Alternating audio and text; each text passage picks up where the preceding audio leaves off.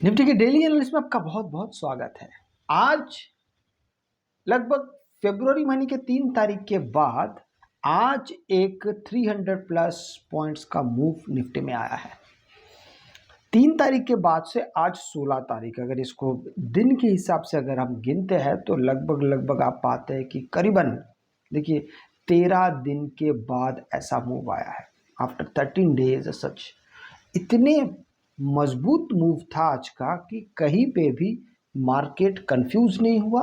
Market सीधा सीधा खुलते ही छूटा, खुलते ही मार्केट छूटना शुरू हुआ। अब बात आती है कि आज का हाई लो की अगर बात करते हैं, आज का लो लगभग लगा है 25,374 के आसपास। आज का हाई लगा है करीबन 686 के आसपास मैं बात कर रहा हूँ। कुल मिला के अगर पूरे पॉइंट्स को देखा जाता है करीबन 310 पॉइंट के आसपास मार्केट का कंप्लीट हाई और लो।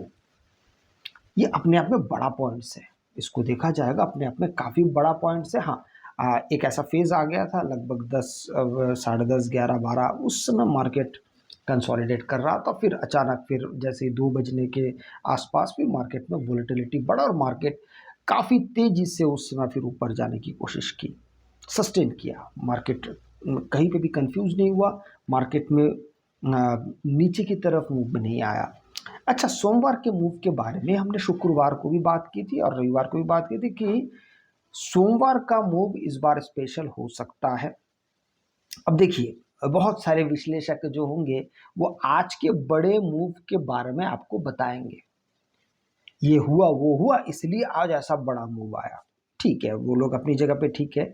मेरा कहने का मतलब है कि इसको सिर्फ अगर प्राइस एक्शन की दृष्टि से अगर देखा जाएगा तो मैंने आपसे इस बारे में बात किया था, आपको याद होगा, शुक्रवार और रविवार दोनों, कि मार्केट जिस जगह पे आके रुका है, ये जो कैंडल आप देख रहे हैं, ये कैंडल बिल्कुल उसी का प्रतीक है। कौन सा कैंडल? शुक्रवार का कैंडल।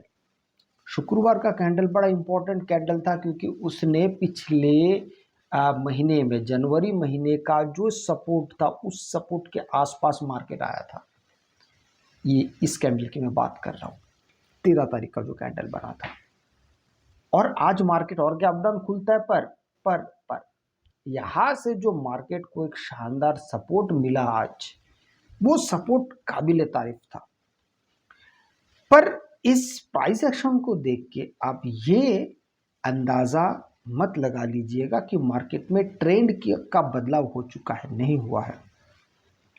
याद रखिए, ट्रेंड को पकड़ने के लिए मार्केट को हमेशा लास्ट स्विंग को हमेशा तोड़ना पड़ता है अगर ट्रेंड बदलना है तो। अदरवाइज मार्केट यहाँ पे आपको एक कैंडल दिखाई दे रहा, हो सकता है कल और एक कैंडल बने या परसों और एक कैंडल बने और फिर मार्केट इस लेवल तक पहुँचे 850 के लेवल में। मैं बात कर रहा हूँ हमारा जो आखिरी वाला जो मूव आया था, ये मैं इस मूव की बात कर रहा हूँ। राउंड फिगर में आप इसको पकड़ लीजिए 26,000, ठीक है। 26,000 के ऊपर मार्केट जब सस्टेन करेगा उस वक्त को हम मानेंगे हाँ, अब मार्केट सस्टेन करके मार्केट ट्रेंड में शामिल हो रहा है। अदरवाइज ट्रेंड का तो अपना नियम होता है ना, ट्रेंड हमेशा लास्ट स्विंग को तोड़ के ही बनाया जा सकता है। लास्ट स्विंग 26,000 पे मार्केट वापसी कर रहा है। अभी देखिए ये पुल बैक भी हो सकता है। अगर ये पुल बैक साबित होता है, मार्केट दोबारा 26,000 से फिर से नीचे आएगा, इसमें कोई दो राय नहीं होगा।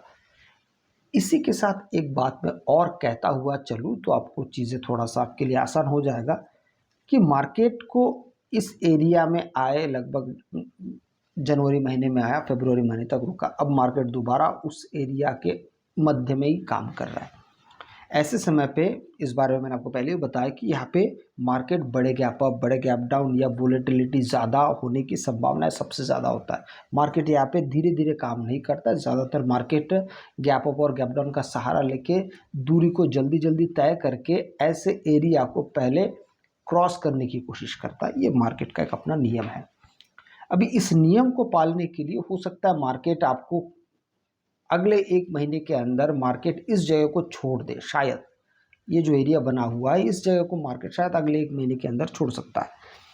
पर उसके लिए मार्केट को काफ़ी तेज़ काम करना पड़ेगा, क्योंकि काफ़ी तेज़ का मतलब क्या है, 26,400 का लेवल अभी भी हमारे सामने, जो ऑल टाइम हाई, इसको राउंड फिगर में मैं बात कर रहा हूँ, वो जो 370-75 का हाई लगा हुआ है, इसको अगर हम 400 को भी अगर पकड़ लेते हैं तो 26,400 से बहुत ज़्यादा दूर नहीं है, बहुत ज़्यादा दूर नहीं है।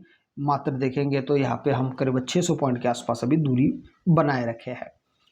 अब इस दूरी को हो सकता है कि मार्केट 26,000 एक बार अगर पार कर जाए, क्योंकि देखिए 26 इस लाइन लेंथ को मार्केट तोड़ चुका है, टूट चुका है। अब ये बात नहीं होगी कि यहाँ पे जो 3 तारीख का कैंडल बना था उसके ऊपर जब जाएगा मार्केट तभी कुछ हो सकता नहीं।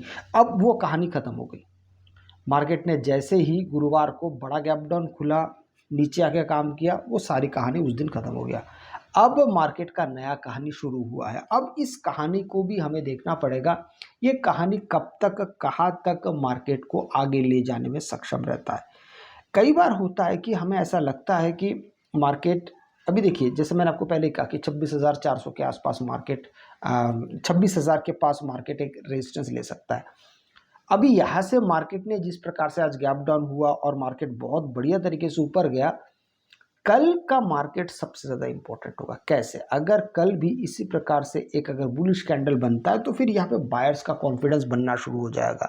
पर फिर से याद दिला दूँ, जब तक 26,000 पूरा नहीं होता है, इसके ऊपर नहीं जाता है, तो मार्केट का ट्रेंड तय नहीं हो सकता। क्योंकि बहुत बार क्या होता है, ऐसे 26,000 तक मार्केट पहुंचेगा, यहीं से फिर गिरावट शुरू हो जाएगा, या यहीं से फिर साइडवेज हो सकता है। बहुत सारी बातें हैं, वो समय आने पे चीज़ें ज़्यादा क्लियर समझ में आने लगता है।